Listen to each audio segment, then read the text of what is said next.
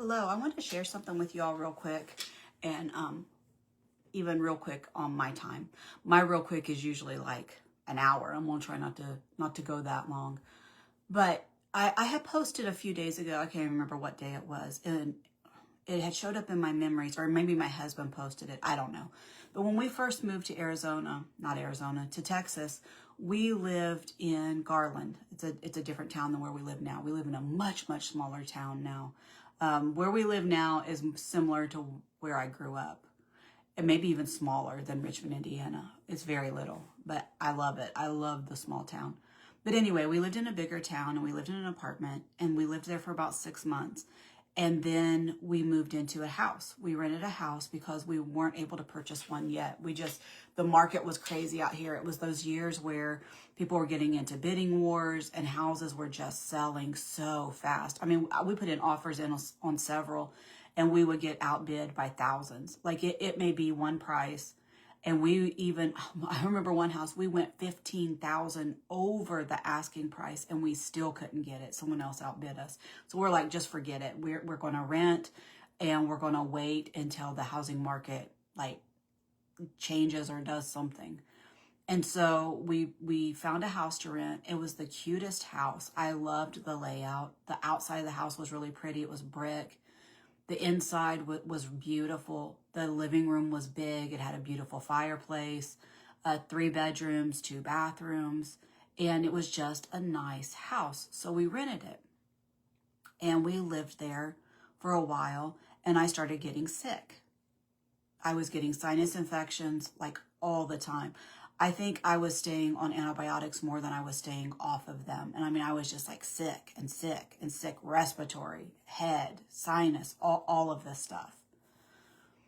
And then we started noticing that the house had plumbing issues.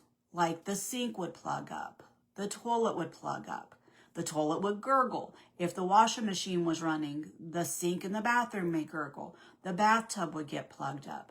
And it was like all of these plumbing issues. So we started calling the landlord and saying, something's going on with this house. This was a few months. Like they would send somebody out, they would unplug it, and they'd be like, it's fine. Well, then I started noticing that in the bathtub, sometimes when it would get plugged up, that it would almost be like a dirt smell, and like dirt was coming up in the bathtub. And so we knew something was not okay with this house. And finally, after so many times of calling them, they sent somebody out. And the people that they sent out said the entire house needed new plumbing, like the whole thing. And the way the house is the plumbing was underneath the house. So they had to dig underneath the house, like tunnel underneath it, to go up and fix all of the plumbing.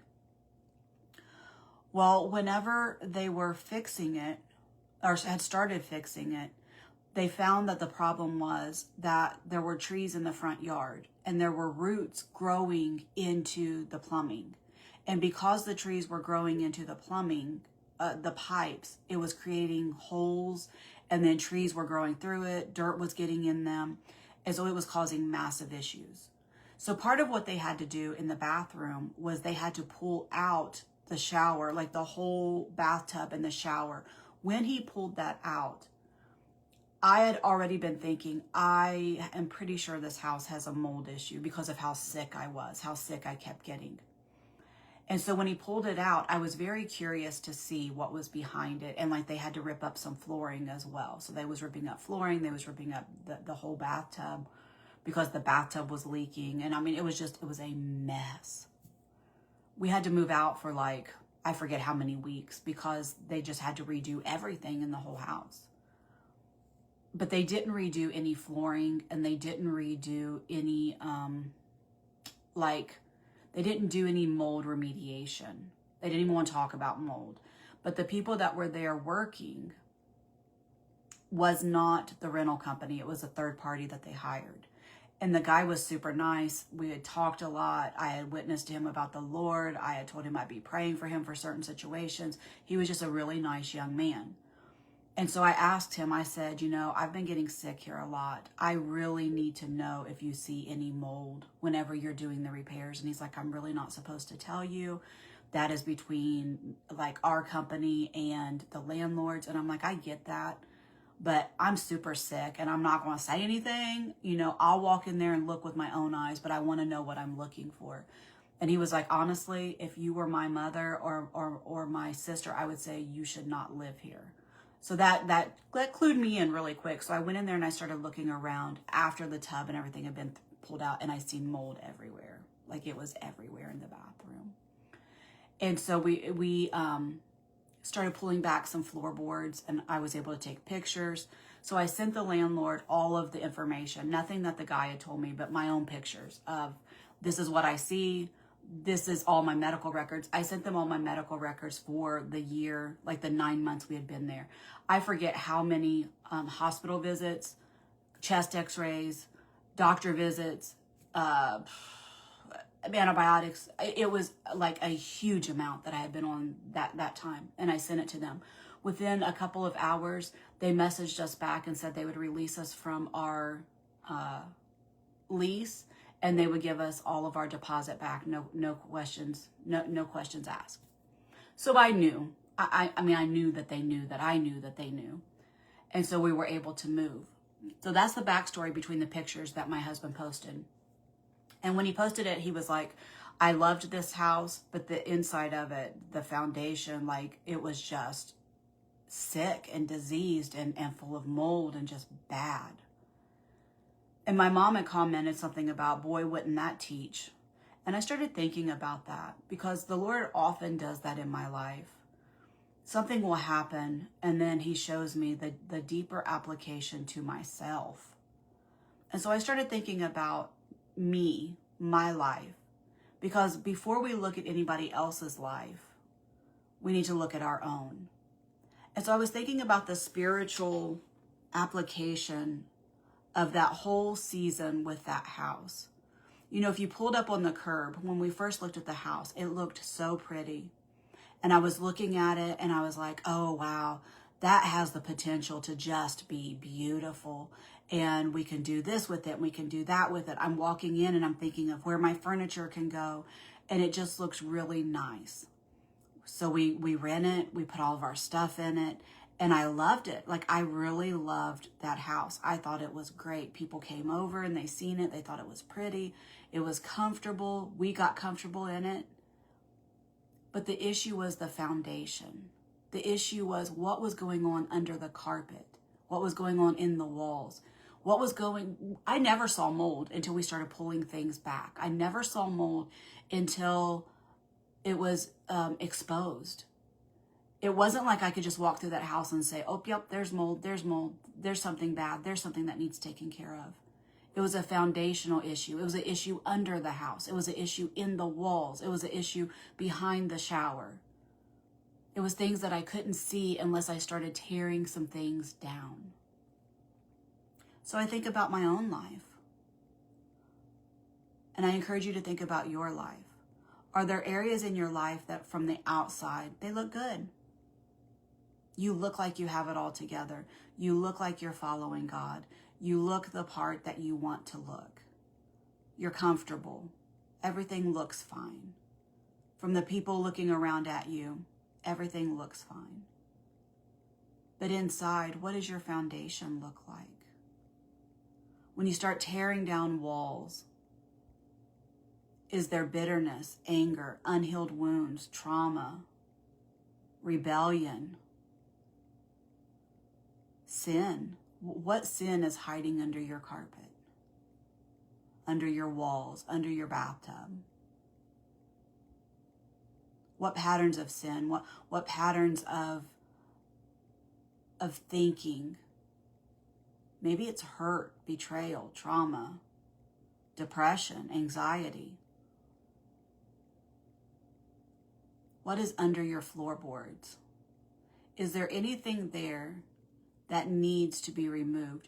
Because the thing is, we can build everything around it and we can make everything look nice.